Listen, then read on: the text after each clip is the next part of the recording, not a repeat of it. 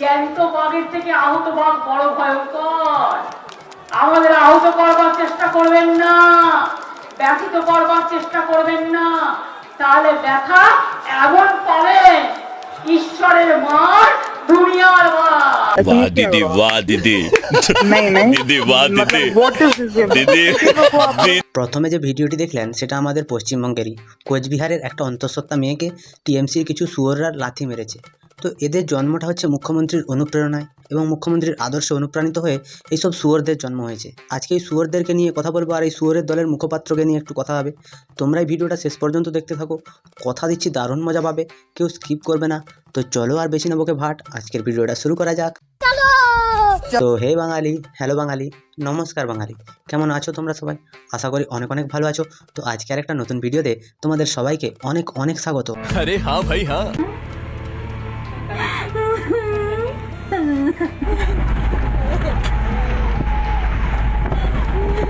কোচবিহারে একটি অন্তঃসত্ত্বা মেয়েকে তৃণমূলের কিছু ক্যাডাররা তার পেটে লাথি মেরেছে। তো এরা যখন এদের মায়ের পেট থেকে বেরিয়েছিল, মনে হচ্ছে কিছু কংগ্রেসের লোক আর কিছু সিপিএমের লোক এদের মায়ের পেটে লাথি মেরে এগুলোকে বার করেছে। আর আজকে এই যে মেয়েটা কষ্ট পাচ্ছে দেখার পরও মুখ্যমন্ত্রীর কোনো রিয়াকশন নেই এবং মুখ্যমন্ত্রীর দলের কোনো লোকের কোনো রিয়াকশন নেই। আসলে আমাদের সমাজ ব্যবস্থাটাতেই ভুল আছে। কিছু কিছু মানুষ আছেন যারা সৌজন্যের রাজনীতি করতে এসছেন, তাকে নিয়েও একটু পরে বলছি তোমাদের। তো আজকে পশ্চিমবঙ্গের মানুষ, তিনি পেটে লাথি খাচ্ছেন, তিনি অন্তঃসত্ত্বা থাকা অবস্থায়। উত্তরবঙ্গে উন্নয়ন প্রচুর পরিমাণে হচ্ছে এবং উত্তরবঙ্গের একটা বেজন্মা আছে, নাম ধরেই বলছি উদয়ন গুহ, তিনি এই অন্তঃসত্ত্বাটাকে লাথি মারিয়েছেন। এটাও আমি বলছি কারণ মেয়েটা বিজেপি করে আর উদয়ন গুহ হচ্ছে অ্যান্টি বিজেপি লোক। এবার এই যে উদয়ন গুহ, ইনি যখন অভয়া মারা গেছিল তখন তিনি ওই হসপিটালের ম্যানেজিং কমিটিতে ছিলেন, আরজিকর হসপিটালে। এবং আজকে এই উদয়ন গুহ তিনি আবার এই অন্তঃসত্ত্বা মেয়েটির পেটে লাথি মারালেন। তো এনার কাছে মেয়েদের যে সম্মান বা এনার কাছে মেয়েদের কি পরিচয় বা এনাদের কাছে মেয়েদের কতটা গুরুত্ব, সেটা এখানটায় প্রমাণ পেয়ে গেল। মুখ্যমন্ত্রীর আরেক ভাই হচ্ছেন উদয়ন গুহ। এনার জন্মের কোনো ঠিক ঠিকানা নেই, এনার কুকুরের ঔরসে জন্ম না ঘোড়ার ঔরসে জন্ম, সেটা নিয়ে আমাদের মনে একটু হালকা সংশয় আছে। এই সংশয়টা একদিন উনি এসে হয়তো ক্লিয়ার করে দিতে পারবেন। शर्म करो, भगवान से डरो, भोसड़ी वालों, भगवान से डरो। এবারে আসি কলকাতার কিছু বুদ্ধিজীবীদের নিয়ে। কলকাতায় বহুত বুদ্ধিজীবী আছেন যারা অভয়া মারা যাওয়ার সময় সরকারের হয়ে কথা বলছিলেন, যারা কিনা লাশটাকে তাড়াতাড়ি পুড়িয়ে দেওয়ায় ব্যস্ত ছিল। এনাদের জন্ম আর কুকুরের জন্ম পুরো একই লেভেলে। এনাদেরকে শুধু শ্রাবণ মাসেই দেখা যায়, বাদ বাকি কোনো সময় দেখা যায় না। মাদারের বাচ্চা। দেখো, দেবকে না টাকা দিয়ে কেনা যাবে না, দেবকে ভয় দেখেও কেনা যাবে না। দেবকে যদি কিনতে চাও তো ভালোবাসাই একমাত্র অস্ত্র। সৌজন্যের রাজনীতি করেন। তিনি হচ্ছেন ঘাটালের সাংসদ দীপক অধিকারী। তিনি পশ্চিমবঙ্গে অনেক রকম অনেক কিছু বিষয় হয়, পশ্চিমবঙ্গে চাকরি গেছে বহুজনের, পশ্চিমবঙ্গে প্রতিনিয়ত খুন ধর্ষণ অত্যাচার সব কিছুই হচ্ছে। তো তিনি সৌজন্যের রাজনীতি করেন বলে তিনি কোনো কিছুর প্রতিবাদও করেন না, আবার কোনো কিছুকে সাপোর্টও করেন না। ভালো কাজ হলেও চুপ করে থাকেন এবং খারাপ কাজ হলেও চুপ করে থাকেন। তাকে শুধু দুবার দেখা যায়, এক হচ্ছে ভোটের সময় আর দুই হচ্ছে ঘাটালে বন্যার সময়। মাঝখানে তিনি গায়েব। এবার তিনি বলবেন যে আপনারা আমাকে নিয়ে খবর করছেন, আপনারা কি এসেছেন? আমি তো এসেছি। তো এখানটা আমি একটা কথা বলতে চাই, তুমি তো পুরো 5 বছর ধরে ঘাটালের মানুষের টাকা, ট্যাক্সের টাকায় বেতন নিয়েছো, আইএসি করেছো, কিন্তু লোকসভায় গেছো, আগের 5 বছরের ইলেকশন হয়েছে, তার গড় আনুপাতিক 10%। তো সেখানটায় দাঁড়িয়ে তুমি কি করে বলো যে তুমি নাকি সৌজন্যের রাজনীতি করতে এসছো, তোমায় নাকি টাকা দিয়ে কেনা যাবে না, তোমাকে নাকি ভালোবাসা দিয়ে কিনতে হবে? তো ঘাটালের মানুষ তোমাকে যে এত ভালোবাসা দিল, সেই ঘাটালের মানুষেরই তুমি পণ মেরে দিলে। তুমি তো বড় মাপের নেতা দেবদা। আর এই যে 2024 সালে ইলেকশন হয়েছে, 2024 থেকে 25-এর আজকে আগস্ট মাস, সেই আগস্ট মাস পর্যন্ত দেবের উপস্থিতি কত জানেন? 9%। তো তুমি একটা কথা নাকি তুলেছিলে ঘাটাল মাস্টার প্ল্যান নিয়ে, দুবার তুলেছিলে, আমরা দেখেছিলাম টিভিতে। তারপর থেকে আর তুমি তোলনি। তারপর থেকে তুমি গেছো কি না গেছো সেটাও আমরা দেখিনি। তো একটা জিনিস এখানটায় আমার বেরিয়ে আসছে মুখ থেকে, যে তুমি ঘাটালের মানুষের ট্যাক্সের টাকায় তো প্রতিনিয়ত এদিক ওদিক ঘুরে বেরিয়েছো। তোমার ফোনের বিল থেকে শুরু করে গাড়ির তেল এবং থাকার জায়গা, বহু কিছু ভাতা দেওয়া হয় পশ্চিমবঙ্গ তথা ভারতবর্ষের অন্যান্য সাংসদদের। তাদের মতো করে তুমি তো সব কিছু সুযোগ সুবিধা নিয়েছো। তো ঘাটালের মানুষের জন্য তোমার যে কাজ বা সেই কাজ, যে কাজগুলো বাকি আছে, সেগুলো নিয়ে সংসদে তুমি কতবার ওই কথাগুলো তুলেছো। একদিন গেলে তারপরে 4 দিন যাও না। তো তুমি কি বলবে? ঘাটালের মানুষের কি সেবা করবে? আর যেচে যেচে ঘাটালবাসী সে বলে যে বাঁশ কেন ঝাড়ে, আয় আমার গাঁড়ে এসে ঢুকে যা। তাহলে তো এরকমই হবে। এবং তৃণমূলের যত সাংসদ আছে সব কটা দেখবে 50%-এর নিচে তাদের আনুপাতিক উপস্থিতি। তো এগুলো কি সংসদে যাচ্ছে না এরা মানুষের টাকায় আইএসি করতে এসছে? সেটা নিয়ে আমাদের মুখ্যমন্ত্রী একটু যদি ভালো করে বলে দেয় তার সোনা ভাইদের কথাগুলো, তাহলে আমরা খুব খুশি হতাম আর কি।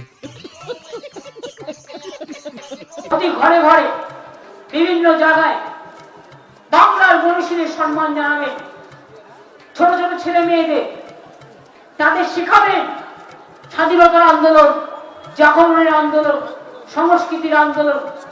তারা না জানলে তারা দেশের ইতিহাসকে বিজেপি ভুলিয়ে দেবে। সারা ভারতবর্ষে যখন বাঙালিদের অত্যাচার নিয়ে আমাদের মুখ্যমন্ত্রী তিনি খুব ভাবে আন্দোলনে নেমেছেন, তো পশ্চিমবঙ্গে যখন মালদা, মুর্শিদাবাদ এবং নদিয়া এইসব জায়গায় যখন দাঙ্গা হচ্ছিল, তখন আমাদের মুখ্যমন্ত্রী কোথায় ছিলেন? আজকে বিজেপি বাঙালিদের উপর অত্যাচার করছে, ভিন রাজ্যে বাঙালিদের অপমান করা হচ্ছে, সব কিছুই ঠিক আছে, কিন্তু যখন নদিয়াতে, যখন মালদাতে, মুর্শিদাবাদে এই দুটো জায়গাতে বাইরে থেকে নাকি বিজেপির লোক ঢুকিয়ে এনে এখানটায় নাকি দাঙ্গা করছিল, তো সেখানটায় যখন বাঙালিদের উপরে এত অত্যাচার হচ্ছিল, বাঙালিরা যখন গ্রাম ছেড়ে অন্য জায়গায় গিয়ে উঠেছিল, বাঙালিদের যখন থাকার ঘর ছিল না, খাওয়ার জন্য পানীয় জল ছিল না, খাবার ছিল না, কিছুই ছিল না, তখন মুখ্যমন্ত্রী কোথায় ছিল? তখন সে কোথায় কিসে আন্দোলন করেছে? তখন বিজেপির বিরুদ্ধে কোন কোর্টে গেছিল এবং তাদের বিরুদ্ধে কী ব্যবস্থা নিয়েছে, কারা এসেছিল, পুলিশ কী করছিল, তার সেখানকার নেতামন্ত্রীরা কী করছিল, সব কিছু এখানটায় মুখ্যমন্ত্রী গেম খেলা চালু করে দিয়েছে। তো এই মুখ্যমন্ত্রী যতদিন থাকবে ততদিন পর্যন্ত পশ্চিমবঙ্গের মানুষ পুরো নরকের সুখ পাবে, সে এক আলাদা লেভেলের সুখ। কিন্তু আর একটা জিনিস মাথায় রাখবে, ইনার দলের যত নেতামন্ত্রীরা আছে না, প্রত্যেকটা দাঙ্গাবাজ, খুনি এবং বিকৃত মানসিকতার।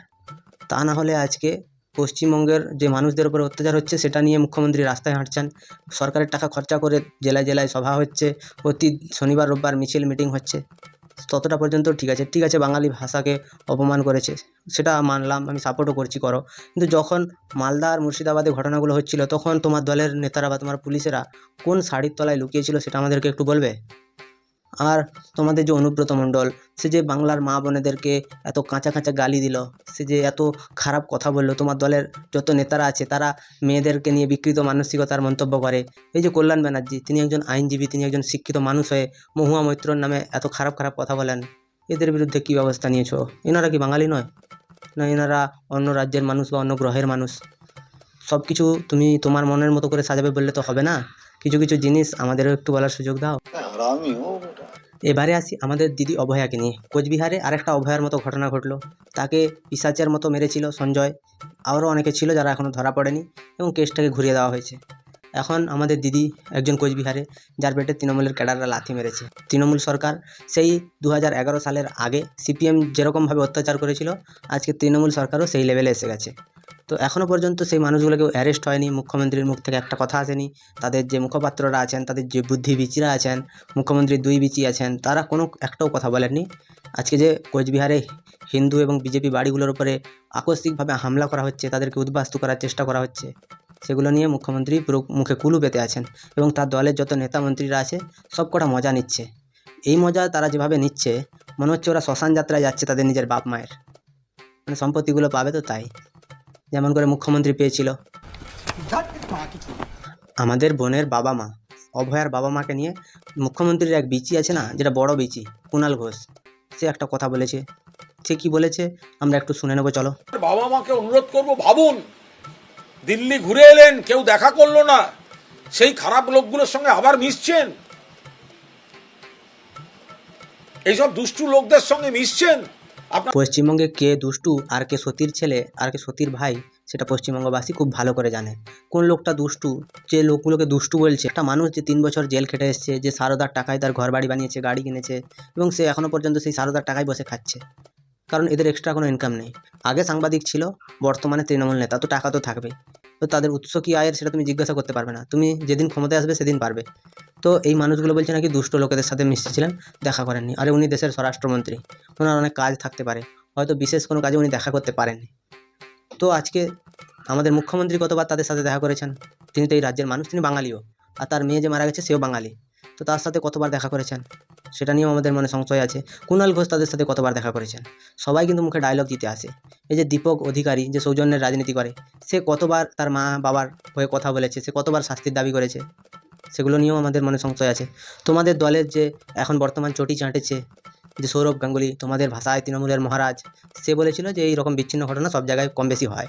তো এই রকম বিকৃত মানসিকতা, এই রকম তোমাদের পশ্চিমবঙ্গের যে মানসিক চিন্তাধারা, সেগুলো তোমাদের বদলাও, না হলে পশ্চিমবঙ্গবাসী বিদেশে স্বদেশে সব জায়গায় মার খাবে, আর মার খেয়েই ঘর ঢুকবে। আপনাদের ব্যবহার করতে দিচ্ছেন এদের। সিবিআই কাদের? বিজেপির। দিল্লির নেতারা কাদের দলের? বিজেপি। সিবিআই নাকি বিজেপির? তো আমাদের ভারত সরকার সরকার আর দল সেই দুটোর মধ্যে পার্থক্য এই অশিক্ষিত মূর্খ ছোট লোক চামার জানে না যে কোনটা একটা রাজনৈতিক দল আর কোনটা সরকার। তো এই অশিক্ষিত চামার একে যে কে সাংবাদিকতা করতে দিয়েছিল সেটা নিয়ে সেই লোকটাকে দেখার খুব ইচ্ছা আছে। সে আজকাল পত্রিকাতে একে যে কাজে নিয়েছিল তাকে একদম ল্যাংটো করে চৌরাস্তার মোড়ে দাঁড় করিয়ে তার বিচিতে ইট ঝুলিয়ে দিতে হবে। দিলে গিয়ে তার এই যে সাংবাদিকতার চাকরিটাকে দিয়েছিল তার ষোলকলা পূর্ণ হয়ে যাবে। তো একটা দলের মুখপাত্র হয়ে সে বলছে বিজেপির নাকি সিবিআই, তাহলে কি তৃণমূলের পুলিশ? এটা কি শুনতে ভালো লাগছে? আজকে পুলিশদেরকে যে শাড়ি চুড়ি পরিয়ে যে রাস্তায় ঘোরাচ্ছ, পুলিশদেরকে যে ঘরের বউ বানিয়ে রেখেছো, তাহলে কি সেটাকে তৃণমূল সরকার বানিয়ে রেখেছে? আর প্রত্যেকটা মোড়ে মোড়ে যে সিভিক পুলিশ ঘুষ খাচ্ছে, তোমাদের পুলিশ যে লোকের রাস্তায় মার খাচ্ছে, তোমাদের পুলিশের তোলা তুলতে গিয়ে ধরা পড়ছে, সেগুলো কি তাহলে তৃণমূল নেত্রী বলে দিয়েছেন, না তোমাদের দলের অন্য কোনো সেকেন্ড ইন কমান্ড তিনি বলে দিয়েছেন? এরকম অশিক্ষিত মূর্খ লোক যদি তৃণমূলে দুটো থাকে, আর আরেকটা আছে, বললাম না নাম, কিন্তু আছে, তো এরকম যদি থাকে তাহলে মুখ্যমন্ত্রীর পতন অবশ্যম্ভাবী। এক হচ্ছে পশ্চিমবঙ্গে সিপিএম অত্যাচার করেছে ইনাদের কথায়, এরপরে ইনারা করছেন, কারণ যাবার বেলায় দেখা হবে কিন্তু কথা হবে না, খালি মার চলবে। সাহস দেখে খুব ভালো লাগলো। আর আপনি সেই সব দুষ্টু লোকদের পাল্লায় পড়ে তাদের সঙ্গে যাচ্ছেন নবান্ন, এটা কোনো কাজের কথা হলো? আপনার যাওয়ার কথা তো সিজিও।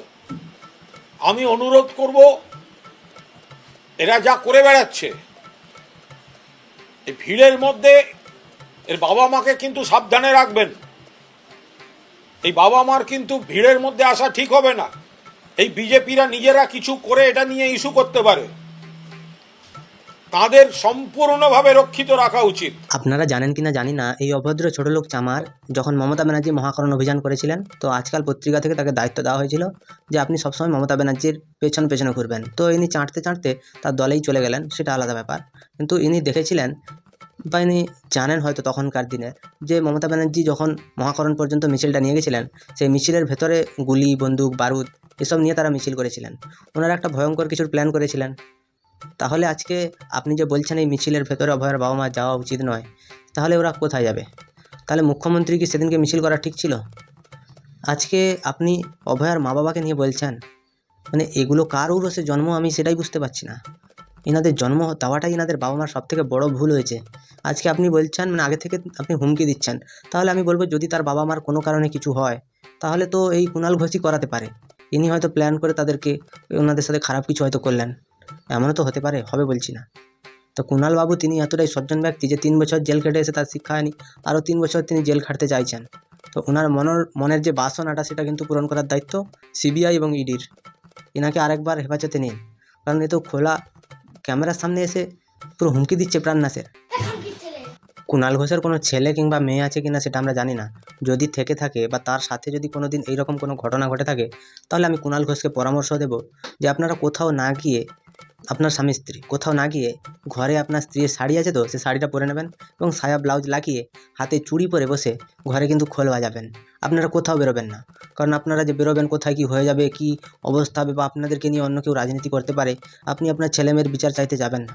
হ্যাঁ, আপনাদের যে তৃণমূলের যিনি কর্তী আছেন মমতা ব্যানার্জি, তার হচ্ছে আন্দোলন লগ্নে জন্ম, এবং তার আন্দোলন দেখেই আজকে বিজেপি আন্দোলনে নেমেছে। তিনি যেরকম কলকাতায় থেকে ইলেকশন কমিশনের অফিস সেখানটায় তিনি মহাকরণ অভিযান করতে পেরেছিলেন, তাহলে আজকে নবান্নে তো মুখ্যমন্ত্রীর সব অফিস, এবং নবান্নটা পশ্চিমবঙ্গের সদর দপ্তর, যেখান থেকে শাসন কার্য চালান আমাদের মুখ্যমন্ত্রী, তো সেটা অভিযান করতে আমি কোনো ভুল দেখতে পাচ্ছি না। আচ্ছা, তোমাদের কি মতামত তোমরা আমায় কমেন্টে জানাও। যদি ভিডিওটা ভালো লাগে তাহলে লাইক করো, কমেন্ট করো, শেয়ার করো, সাবস্ক্রাইব করো, পাশে থাকা বেল আইকনটা প্রেস করতে একদম ভুলবে না। সবাই ভালো থেকো, সুস্থ থেকো, সাবধানে থেকো, আর দেখতে থাকো বাংলার কোণে ঘর।